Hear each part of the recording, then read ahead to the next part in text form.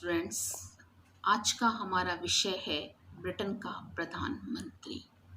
Britain में संसदात्मक शासन प्रणाली है और संसदात्मक शासन प्रणाली होने के नाते वहाँ दो तरह की कार्यपालिकाएं हैं, नाम मात्र कार्यपालिका और वास्तविक कार्यपालिका।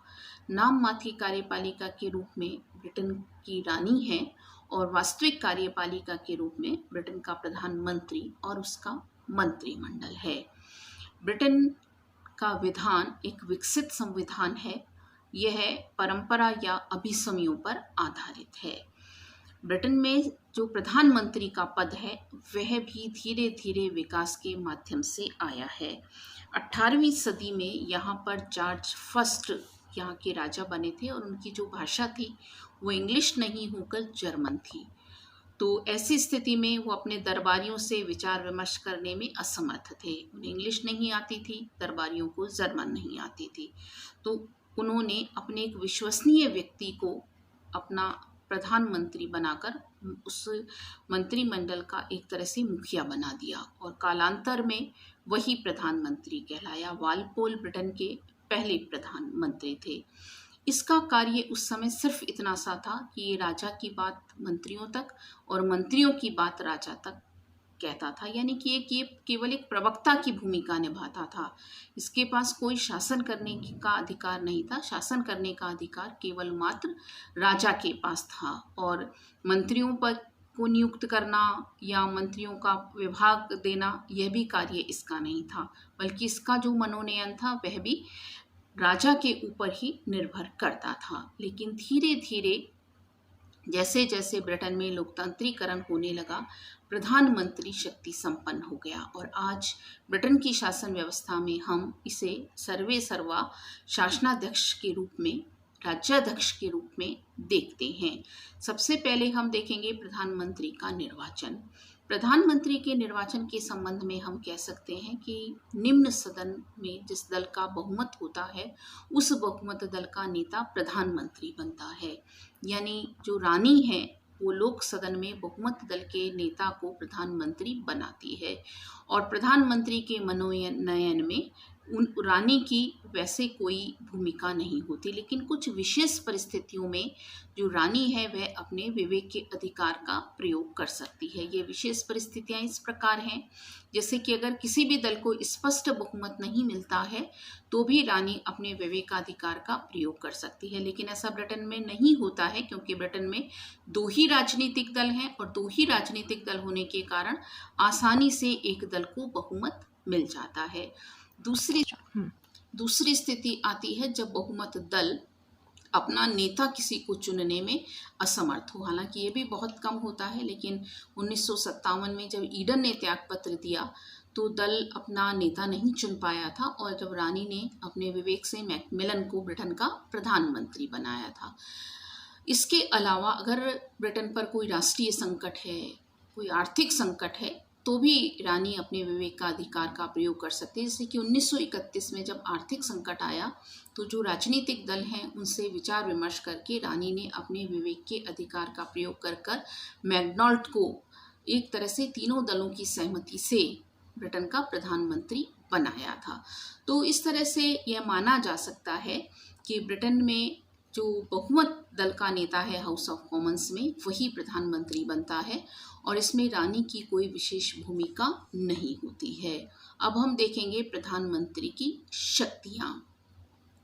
सिडनी लॉ का मानना है कि ब्रिटेन का प्रधानमंत्री बहुमत होते हुए वह कार्य कर सकता है जो कि अमेरिका के राष्ट्रपति के द्वारा भी नहीं किया जाता। यानी कार्यपालिका, व्यवस्थापन के संबंध में जो भी कार्य करना होता है वो कार्य ब्रिटेन का प्रधानमंत्री करता है। कानूनों का निर्माण करना, दिशा निर्देशन देना, बजट बनाना, ये सब कार्य ब्रिटेन के प्रधानमंत्री के द्वारा किए जाते हैं। ब्रिटेन के प्रधानमंत्री का पहला कार्य है मंत्रिमंडल का निर्माण, संचालन और संहार। इसमें तीन बातें हैं, यानी वह मंत्रिमंडल का निर्माता है, मंत्रिमंडल का संचालन करता है और मंत्रिमंडल का अंत भी कर सकता है।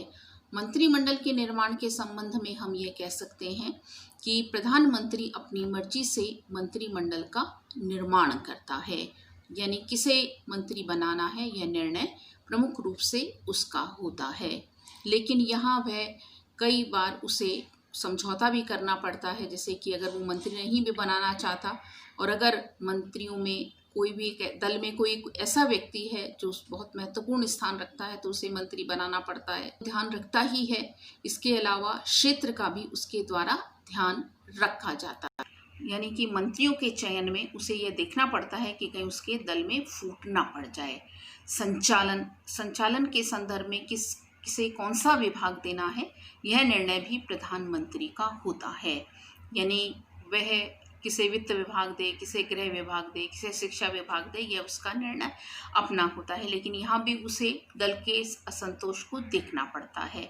तीसरा है अंत, यानी वह मंत्रिमंडल को खत्म भी कर सकता है। अगर वह किसी मंत्री के कार्य से खुश नहीं है तो उससे त्याग पत्र मांग सकता है या स्वयं त्याग पत्र देकर वह पूरे के पूरे मंत्रिमंडल को खत्म कर सकता है। तो इसलिए ये कहा जाता है कि जो मंत्री हैं वो प्रधानमंत्री के साथ तैरते और प्रधानमंत्री के साथ डूबते हैं, यानी कि वह मंत्रिमंडल की आधारशिला है, वह मेहराब का पत्थर है और वह ही मंत्रिमंडल का निर्माण, संचालन और संहार करता है। दूसरी शक्ति है नीतियों का निर्माता। वह नीतियों का निर्माता है, जो भी कानून बनने हैं उनके संबंध में वह मार्गदर्शन मंत्रिमंडल को देता है। उससे संबंधित विधेयक सदन के पटल पर रखे जाते हैं। सदन के पटल पर रखने के बाद वे अधिनियम का रूप ले लेते हैं। तीसरा है मंत्रिमंडल और सम्राट के बीच की कड़ी। वह मंत्रिमंडल और सम्राट के बीच की कड़ी भी है, यानी वह मंत्रिमंडल की बात राजा तक और राजा की बात मंत्रिमंडल तक पहुंचाता है। नेक्स्ट है शासन का मुखिया। वह सरकार का मुखिया है। जैसे हम यही स्थिति भारत में है, जैसे हम भारत में देखते हैं कि सरकार का मुखिया कौन है, हमारा प्रधानमंत्री यानी नरेंद्र मोदी। तो यानी शासन के मुखिया के रूप में हम ब्रिटेन के प्रधानमंत्री को जानते हैं। बड़ी बड़ी जो राजनीतिक नियुक्तियां हैं वह प्रधानमंत्री के द्वारा की जाती हैं।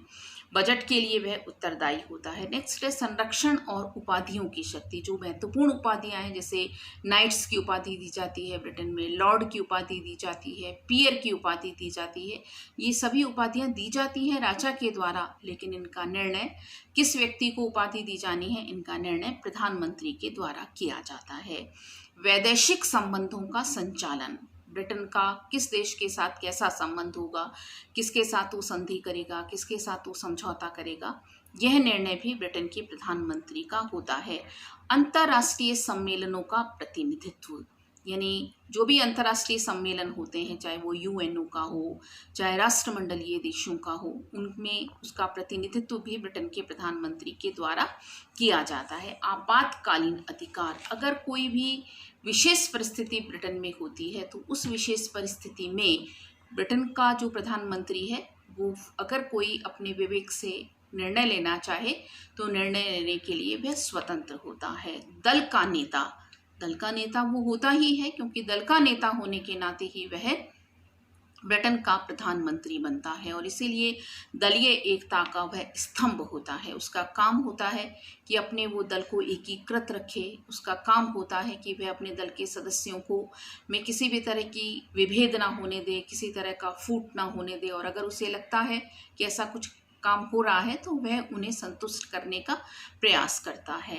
लोक सदन का नेता होने के नाते ही वह प्रधानमंत्री बनता है। इस तरह से हम कुल मिलाकर यह मानते हैं कि ये कुछ स्थितियां हैं, ये कुछ शक्तियां हैं जिनके माध्यम से वह एक शक्ति संपन्न कार्यपालिका प्रमुख के रूप में देखा जाता है। नेक्स्ट है प्रधानमंत्री की शक्तियों की सीमाएं, यानी प्रधानमंत्री की जो ये शक्तियां हैं ये सीमित हैं। ऐसा नहीं कि प्रधानमंत्री निरंकुश है, तानाशाह है, अपनी मर्जी से जो कार्य करना चाहे वो कर सकता है। पहला है दलीय असंतोष के कारण उसे पद छोड़ना पड़ता है। जो सबसे बड़ी सीमा है वो है दल की।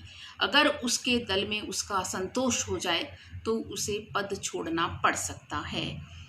नेक्स्ट है उसके सहयोगी मंत्रियों का नियंत्रण। उसके जो सहयोगी मंत्री हैं वो भी उसे नियंत्रित करते हैं, और अगर उसके सहयोगी मंत्री उससे असंतुष्ट हो जाते हैं तो भी उसे अपना पद छोड़ना पड़ता है। प्रधानमंत्री अकेला नीति का निर्धारण नहीं करता है। ऐसा हम नहीं कह सकते कि सारे काम वही करता है, कानून वानून सब अपनी मर्जी से सब कुछ बना लेता है। ऐसा नहीं है, उसे अपने सहयोगी मंत्रियों की भी आवश्यकता है। तो इस तरह से ये कुछ शक्तियां ब्रिटेन के प्रधानमंत्री को सीमित करती हैं। नेक्स्ट है प्रधानमंत्री की वास्तविक स्थिति। प्रधानमंत्री की वास्तविक स्थिति के बारे में दो बातें कही जाती हैं। एक विचार उन लोगों का है जो यह कहता है कि प्रधानमंत्री तानाशाह है। एक विचार उन लोगों का है जो ये कहते हैं कि प्रधानमंत्री नियंत्रित है। जैसे म्योर कहते हैं कि वह समकक्षों में प्रथम है। फाइनर कहते हैं कि वो सीजर नहीं होता, यानी वो तानाशाह नहीं होता, वो कोई ऐसी दैवीय शक्ति नहीं है जिसे नियंत्रित न किया जाए।